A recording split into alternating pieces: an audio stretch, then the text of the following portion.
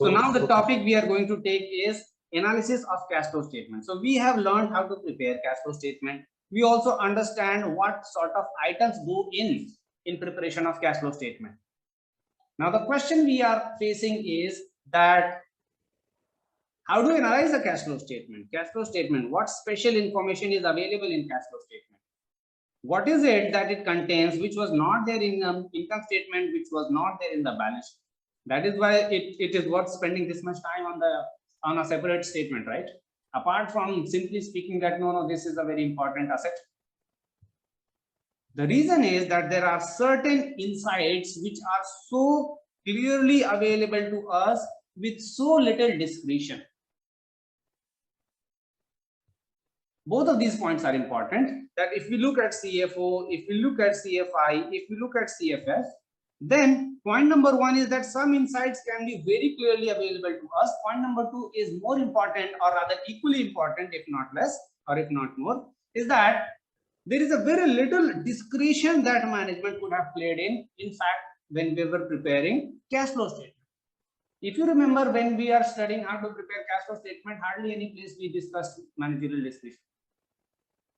Whereas if you look at income statement and balance sheet, every other step you're saying that this is discretion, that is discretion. So apart from being less prone to discretion, what are the insights that we can get from CFO, CFI, CFF, and in general from cash flow statement? Let me demonstrate that with an example.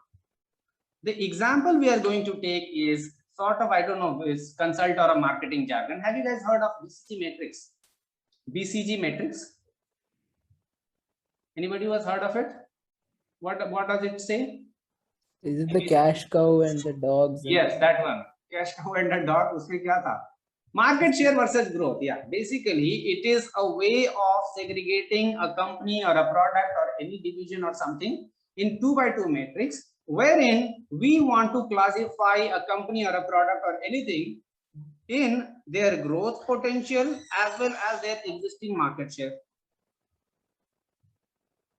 Okay, 15 minutes lage. Okay. The existing growth can be high or low. Existing market share can also be high or low. Depending upon that, we would want to classify or name these companies or products. If the growth potential is high as well as market share is high, we call them stars. If growth potential is low but existing market share is high, we call them cash cows. If growth potential is high but current market share is low, we call them question marks. And if both of these are low, we call them dogs. With due respect to all the dog lovers, I didn't coin these terms. So maybe if you want to fight, go fight with the BCG people or people who coined these jargons. I'm just trying to use this as a way to explain that how cash flow statement gives us certain insights about a business which no other statement gives us in such a great clarity. Okay, let us say a business has approached to you and then they are claiming to be a question mark, or they are claiming to be stars, or they are claiming to be cash cow. I don't know why somebody would want to claim to be a dog, so we are not bothered about dogs too much. But let us say they are claiming to be something. How are we going to make ensure that their claim is correct or not? One such information, or very strong information, is if we simply look at the cash flow statement, the entire story will become very crystal clear immediately to us. Let me frame certain example with certain imaginary numbers to you. Let's say there are two companies, company A, B, and C. Oh, I said two companies. Let's say there are two companies, three companies, or four. I can create certain illustration based on that. Let's say net profit, CFO, CFI, CFF, and the total change in cash. Let's say company A and B are like this. Company A and B both have the profit of, let's say, 7 crore rupees. 7 crore rupees. And why not? Let's say company C has a profit of or a loss of 1 crore rupees. Let's say CFO of companies are like this. Let's say CFO is 8 crore rupees for company A, 1 crore rupees for company B, and let's say negative 1 crore rupees for company C. CFI is something like this. Let's say for both of these companies, let me get rid of company C for now. Let me do only pairwise analysis. CFI is like this. Let's say company B A has negative of 2 crore rupees. Company B also has a negative of 2 crore rupees. And CFF is the reason of difference. Let's say in CFF, company A is paying rupees, let's say 5 crore, and company B is generating rupees 3 crore rupees. Okay. Well, let me 2 crore rupees, 2 crore rupees, adding 2 crore rupees, and that is how their net change in cash is also same. Let's say net change in cash, total of these three, 8 minus 7, that is 1 crore rupees of cash generation for company A, and 1 crore rupees for company B as well, positive 1 crore rupees. Let us say both of these companies executive have approached to you, and then they are both claiming to be a star company or cash cow companies. How are you going to validate or refute their claim? Let's say they are both claiming to be cash cows. Can you give your comment? Let's say both of them have approached you and they are saying that we are cash cow, acquire us at this particular price. That we are such a fantastic company, we are a cash cow for you, acquire us. Look at our profit. Profit is huge. Let's say it is actually huge. Then what? Sir, we can say that A is a cash cow because they have taken more debt for investment and they're growing. But B is not because they haven't taken any debt for investment and they won't grow at all. Not they are taking debt for growing. Okay, fine. Anybody else? So A looks like it's doing well because its CFO is high, and it's also, I think, because CFF is an outflow, it might be giving dividends also. So it looks Basically, better. yeah. Any other opinion? Any other point somebody can point it out? Sir, A seems more like a cash cow because if a company has high market share, then it's expected to generate more CFO. Yes, that is the first thing, that you cannot be a cash cow without generating cash. If you are showing a profit but not generating cash, means what? Maybe everything is getting stuck somewhere, or maybe you are playing too much with your managerial discretion. So point number one, first point of doubt was that this company seems to be a doubtful company because they are not generating enough cash CFO. Point number two, what about CFI for a cash cow? How should that look?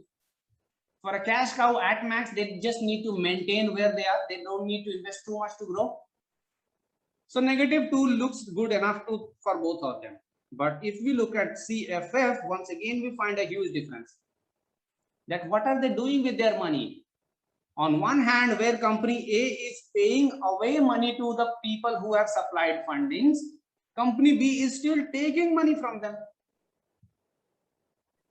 Either they are taking loan or they are raising more equity or whatnot. So once again, a reason of question, that it is just not possible that you are a cash cow and you are still taking money from your investors. What sort of cash cow you are? Sir, So this, yeah. Would that plus 2 be that they are taking back the money that they have borrowed? Sorry, that they have lent. Sorry, they have lent. Okay, anybody would want to respond to Aditya's question? Aditya, you can yourself figure it out. Very simple.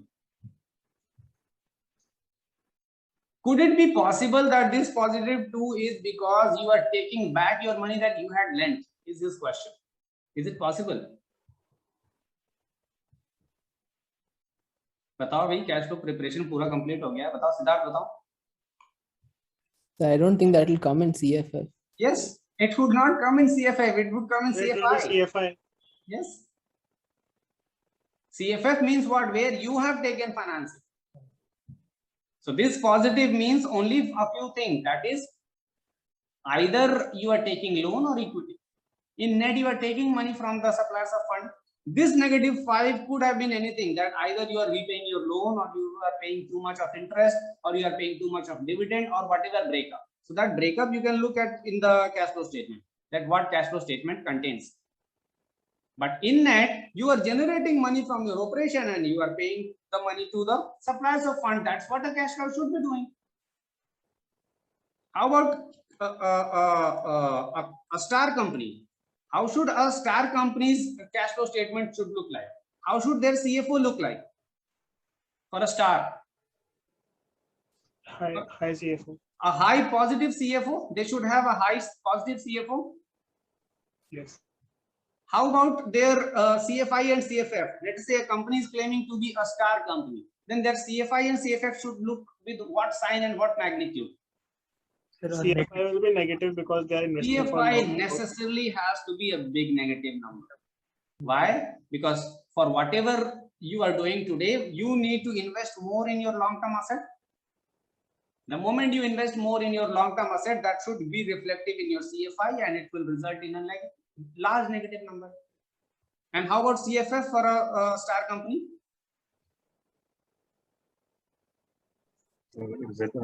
Also should be negative, right? So it can Negative be or positive, it depends. CFF depends that if this itself was sufficient for financing your operation for your growth, then it will be either a small positive or small negative number. If this also is not sufficient, your operational cash flow was not sufficient, maybe this one will also be a big positive number. But the essence of a star should be that these two should necessarily be over the year on an average should show a big positive number in operating and a big negative number in finance. And similarly, you could guess about the question marks and the doubts. That for a question mark, it should necessarily be that either here this is a small positive number or a small negative number operating cash flow, because so far they don't have too much of a market share. But the essence should be that there in the investing it should show a big negative number and financing should show a big positive number. That means you are taking help of the financing to finance your expansion of your business. That is why when you would understand that whatever management is claiming is also what they are behaving accordingly. Otherwise they're claiming something else and they are telling you something else. They are behaving something else. So this kind of analysis could be that obviously understood if you just glance through the cash flow statement in one look. Also, you would notice one more important way of analyzing cash flow statement is that people look at this difference. If this difference is consistently too much, then either something is wrong with their accruals or they are playing too much with managerial discretion. These are the only two possibilities. So if the company is consistently showing too much of a profit, but nothing is consistently coming in terms of CFO, means something is wrong. You need to ask questions.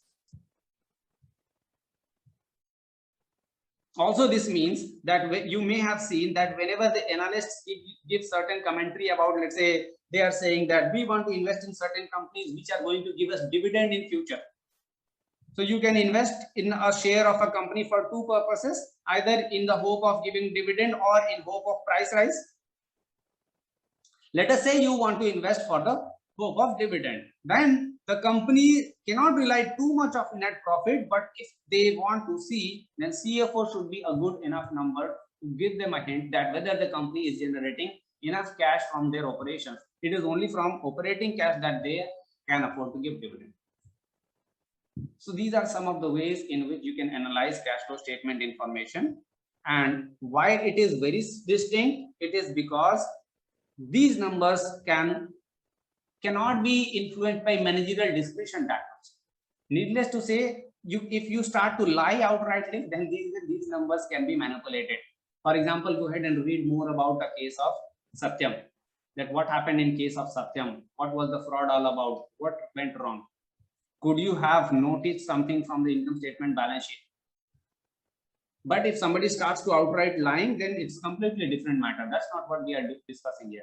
But if you want to remain in the legal purview, just by exercising discretion, you cannot influence these numbers much. And that is what gives an enormous strength to cash flow statement. That's all about cash flow statement that we wanted to discuss. And in tomorrow's class, we will start with the ways to analyze income statement and balance sheet. That's what is coming up.